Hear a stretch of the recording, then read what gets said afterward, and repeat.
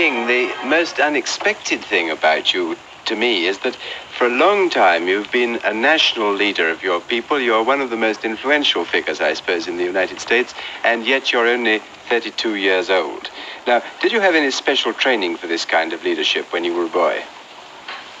No, I really didn't. I had no idea that I would be catapulted into a position of leadership in the civil rights struggle in the United States. I went through the discipline of early elementary school education and then high school and college and theological training, but never did I realize that I would be in a situation where I would be a leader in what is now known as the civil rights struggle of the United States. Is your father, who's also a Baptist pastor, as I know, is he a social reformer as well as a minister, or is he less interested in this side of it? Well, he's quite interested, actually. He has had an actual interest in civil rights across the years. He is a pastor of a large church in Atlanta, Georgia. Incidentally, I'm co-pastor of the church. And he has had a strong interest in civil rights. He has been president of the National Association for the Advancement of Colored People in Atlanta, and he always stood out in social reform. Do you think he saw that you would be a leader, and do you think he did in fact bring you up in some special way to face these responsibilities? Well, I think he certainly realized the need for this, and after I decided to enter the ministry, he constantly stressed the need for leadership, and I'm sure that he hoped that I would stand out in this area. Whether he realized that I would do it or not is something else, but he certainly hoped for this. What sort of home did you have as a child? Was it a strict home, for instance? Well, I guess it was a relatively strict coming up in a minister's home. I faced the discipline that you would face in a very fervent religious background. However, I don't think it was over strict to the point that I developed any personality conflicts as a result of my early childhood, but it was strict enough, and I think it was strict enough for me to develop certain disciplinary principles as I came up. Were you a quick starter at your lessons? Yes, I would say generally I was. Interestingly enough, I didn't start out with an interest to enter the ministry. At first, after finishing high school, I was interested in going into law and also medicine at one point. And all along, I received fairly good grades. But finally, I decided to enter the ministry and then went on to theological school. Well, now, when you were still a small boy, before those decisions came along, were you conscious of color discrimination in your own life? Yes, I became conscious of color discrimination at a relatively early age. I think the first time was when I was about 6 years old. I had some friends who lived, well, they didn't live in front of us, but their parents had a store, 2 white boys, and they were my inseparable playmates for the early years of my life. And I remember when I was about 6, something started happening. When I went over to play with them, they always made excuses. They could not play. They were busy. And finally, I went to my mother with this problem, and she tried to explain to me in the best way she could explain to a child 6 years old. And this was really the first time that I became aware of the racial differences, or really the racial problem. She made it clear to me that this system had a long history, dating back to the time of slavery. She tried to explain the meaning of the system of segregation. But the thing I will always remember is that in the midst of her explanation, she always said to me, you must never feel that you are less than anybody else. You must always feel that you are somebody and you must feel that you are as good as anybody else. And of course, this came up with me in spite of the fact that I still confronted the system of segregation every day. Was that a violent conflict in your life? If you really believed your mother, and yet the system around you suggested that this wasn't true, it must have set up some sort of strain. Yes, I think so. As I look back over those early days, I did have something of an inattention. On the one hand, my mother taught me that I should feel a sense of somebodyness. On the other hand, I had to go out and face a system which stared me in the face every day saying, you are less than, you are not equal to. So this was a real tension within. Now, out of your own personal experience, the only example you've given me so far is one family where the mother didn't too much care to have you play with her children. What were you really prevented from doing as a child that a white child might have done? Well, in my days in Atlanta as a child, there was a pretty strict system of segregation. For instance, I could not use the swimming pool, so that for a long, long time I could not go in swimming until the YMCA was built, a Negro YMCA, and they had a swimming pool there. But certainly a Negro child in Atlanta could not go to any public park. I could not go to the so-called white schools. There were separate schools. And I attended a high school in Atlanta, which was the only high school for Negroes in the city. And this was a real problem because in Atlanta there are more than 200,000 Negroes. In many of the stores downtown, to take another example, I could not go to a lunch counter to buy a hamburger, a cup of coffee, or something like that. I could not attend any of the theaters. Only there were one or two Negro theaters. They were very small, but they did not get the main pictures. If they got them, they were 2 years late or 3 years late.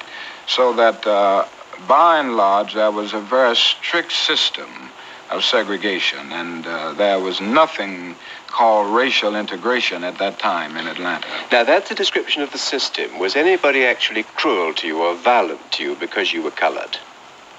Yes, we did confront some of those problems. I remember as a child seeing problems of police brutality, and this was mainly aimed at Negro children and Negro adults. I can remember also the organization that is known as the Ku Klux Klan. This is an organization that stands on white supremacy, and an organization that in those days even used violent methods to preserve segregation and to keep the Negro in his place, so to speak. Now, I can remember seeing the Klan actually beat Negroes on some of the streets in Atlanta. But nobody ever beat you personally? No, I did have one experience, which was a relatively minor experience, but it still lived with me a good deal. When I was about 8 years old, I was in one of the downtown stores of Atlanta, and all of a sudden someone slapped me, and the only thing I heard was somebody saying, "You are that nigger that stepped on my foot." And it turned out to be a white lady. And of course, I didn't retaliate at any point. I finally went and told my mother what had happened, and she was very upset about it. But at that time, the lady who slapped me had gone, and my mother and I left the store almost immediately. Can you remember at this distance of time why you didn't respond in any violent way? Was it that you'd already thought of nonviolence, or was it that you just didn't dare as a Negro to take any strong action against a white? Well, I think probably it was a combination of two things. I hadn't thought of nonviolence at that early age as a system of thought, as a practical technique. I think a great part of it was that I just didn't think I wouldn't dare retaliate hit back when a white person was involved. And I think some of it was a part of my native structure, so to speak, and that is that I have never been one to hit back too much. Well, now, that's all, 20 years or so ago, I suppose. Yes. But how bad is the complaint today? After all, the United States has changed a lot. The Negro's rights are protected under the law. What exactly, how much has this system changed between then and now? Well, it has changed a good deal. It is far from what it ought to be, but I can see many, many changes that have taken place over the last few years. For instance, in the same Atlanta, Georgia, which is one of the largest cities in the South, there are some Negro students in formerly all-white schools. Some of the parks are integrated, some of the public parks.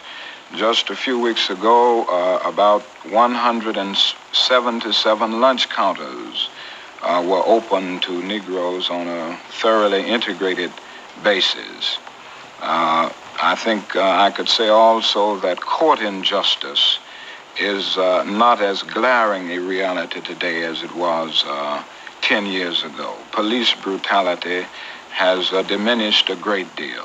So that in Atlanta alone, there are many changes, and when I look over the total situation, I can say the same thing. For instance, when the United States Supreme Court rendered the decision declaring segregated schools unconstitutional in 1954, 17 states and the District of Columbia practiced segregation in the public schools. But today, I would say most of these states have made some move toward integration. Only 3 states are holding out, namely the states of Mississippi, Alabama, and South Carolina. Yes. So that there has been a great change since, say, 1950 or 1945. Now, I can't help following you up at one point there. You said, I think I'm quoting you more or less verbally correctly, you said that denial of justice was less glaring than it used to be, and that police brutality had, I think your words were, somewhat diminished. Now, it follows from that you're not content that the Negro gets justice in the United States as things are at present, and you're not certain that the police do not victimize him.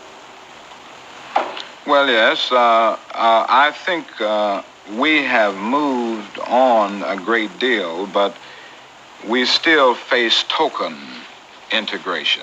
By token integration, I mean a few Negroes getting justice in a particular situation, but the vast majority still confronting problems of economic insecurity and social isolation.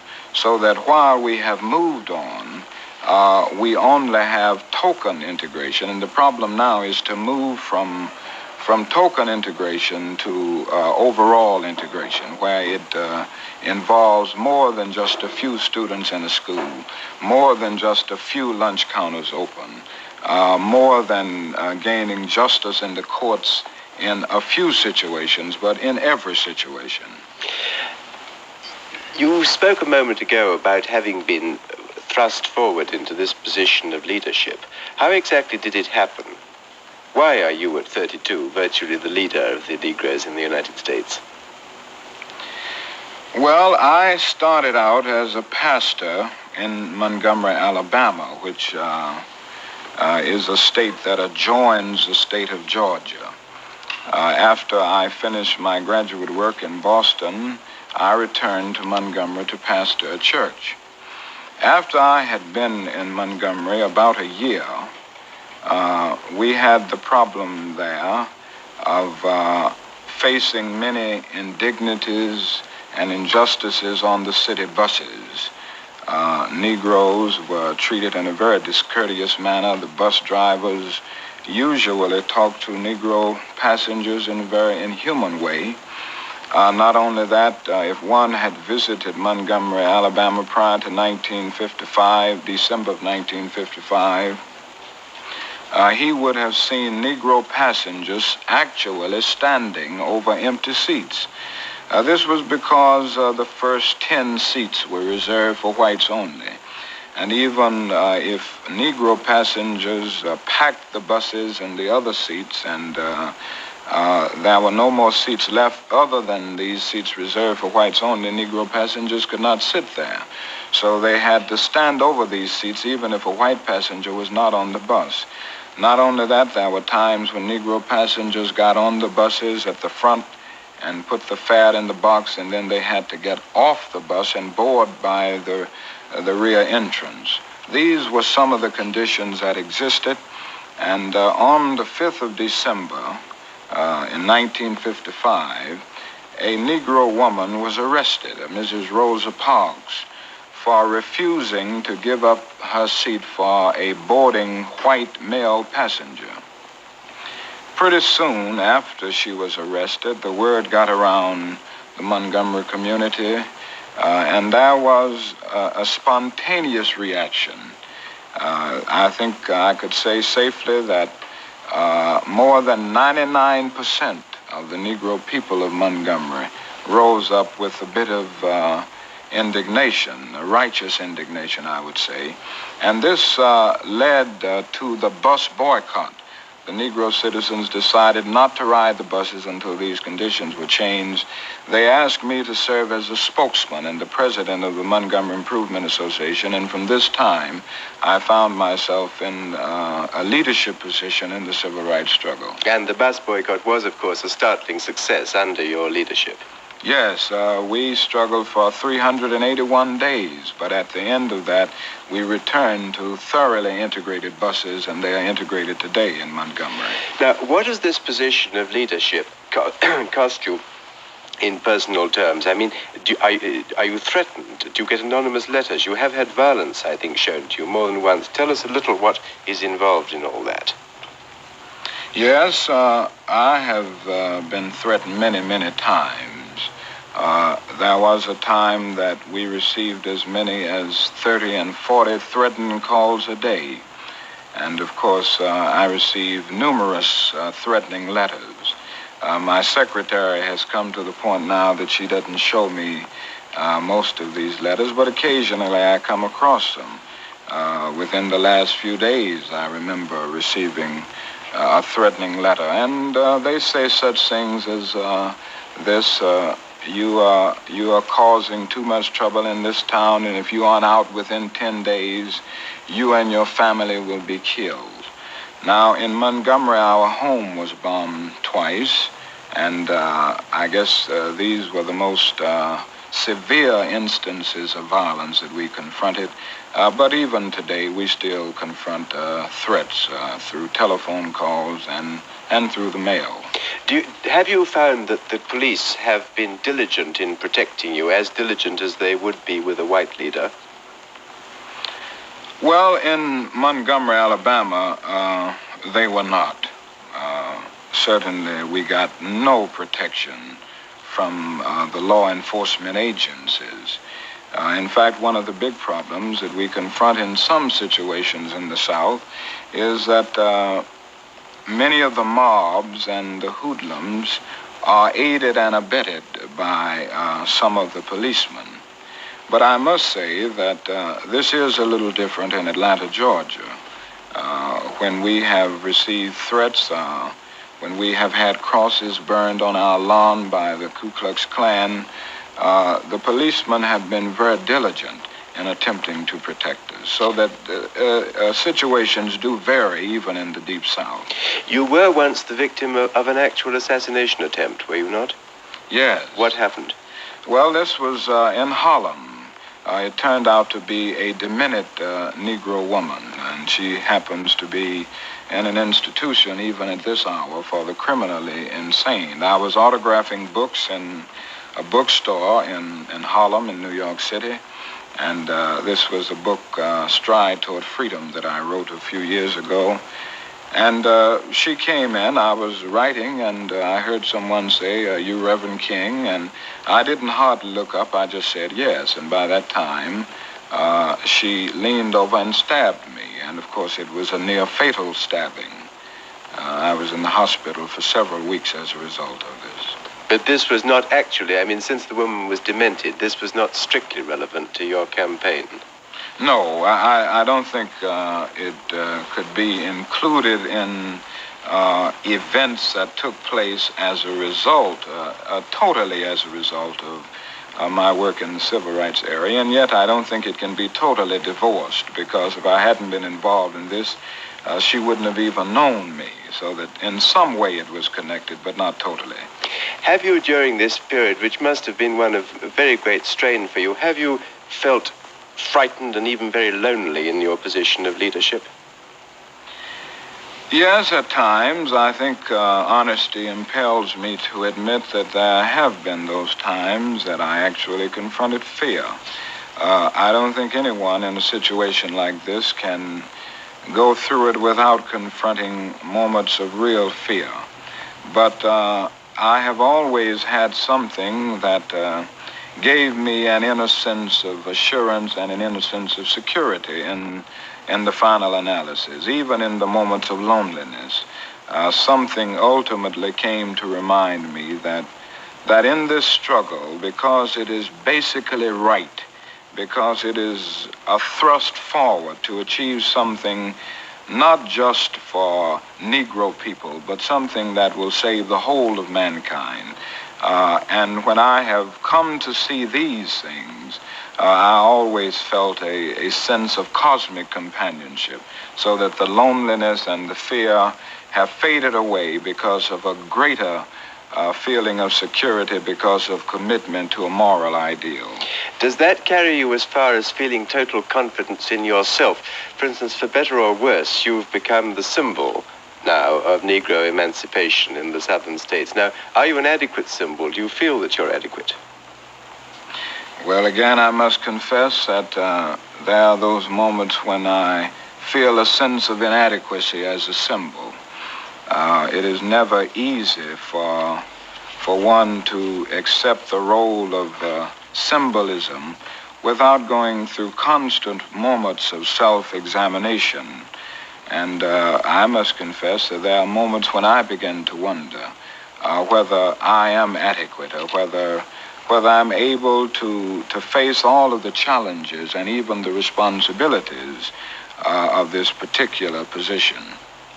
Have you always found that you've been able to keep your wife and children with you, or have you ever felt it necessary to send them away for safety?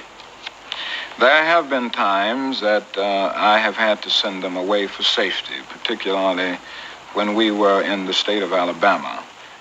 But my wife happens to be one of those very strong persons, and one who is very concerned about this whole matter and very dedicated.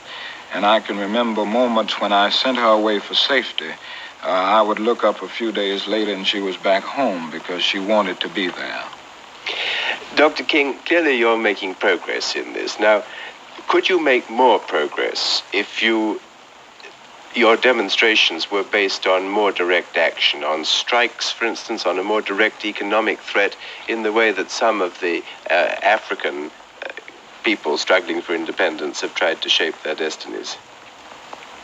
Well, I do feel that nonviolent direct action is a most powerful approach in seeking to bring about racial justice. Now, to a degree, we have moved in this area. The Montgomery bus boycott was a limited move in this area. The sit-ins that have engulfed the whole South over the last few months would be another move in this direction. This is nonviolent direct action. Also, the freedom rides. I think all of these things are certainly serving to speed up the process.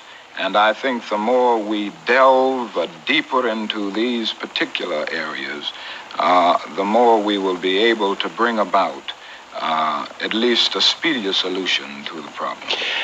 Some of your critics do say that you lack fire. I've heard that said about you, that you're not really keen on challenging except on the margins of this problem. Now, I expect that's unfair, but I'd like to hear your answer to it.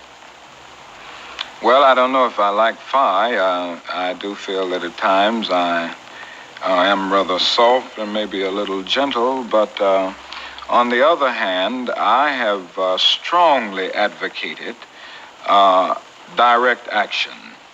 I have made it clear that I believe this is one of the most potent weapons available to oppressed people in their struggle for freedom and human dignity. So that I don't consider this a marginal approach. I consider this as an approach going to the very depths. I have participated in sit-ins myself. I have been arrested as a result of my participating in sit-ins with the students at lunch counters. I served as one of the coordinators of the Freedom Rides, so that I don't think it is true to say that I am not in accord with these particular methods. I believe in them, and I have advocated them and participated in them. I understand exactly why you believe in nonviolence, but have you found it easy to persuade your followers that nonviolence is really the best method? I mean, there must be a great temptation to take a poke back at a white man who hits you. That is true, that it is difficult at times to convince people that this is the best way. And I guess it is difficult for all of us not to retaliate. But on the whole, I have been amazed at the tremendous response that we have gained when we have called for nonviolent action. I look back over Montgomery and think of the fact that for all of these days, 381 days, more than 99 9/10% of the Negro citizens participated in the boycott. They confronted harassing experiences. They confronted physical violence. And never did they retaliate with a single act of physical violence. And the same is true of the Student Sit-In Movement, which included thousands of students.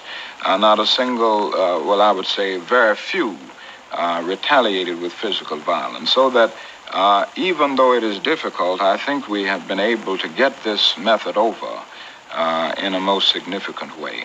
Dr. King, apart from the business of discrimination, are you a radical in other causes? Do you follow the other great radical political causes in the world or not?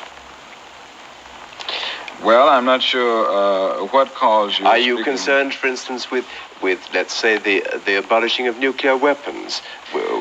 Oh, yes. I have worked very closely with this particular approach. I have worked with an organization for sane nuclear policy in the United States, and I am a strong believer in disarmament and suspension of nuclear tests, and some methods being used to arouse the conscience of mankind on this most important issue. As I've said so often, I don't think the choice is any longer between violence and nonviolence in a day when guided ballistic missiles are carving highways of death through the stratosphere. I think now it is a choice between nonviolence and non-existence, so that I have strongly endorsed organizations that are fighting or struggling in a creative, nonviolent way to arouse the conscience of mankind on this issue.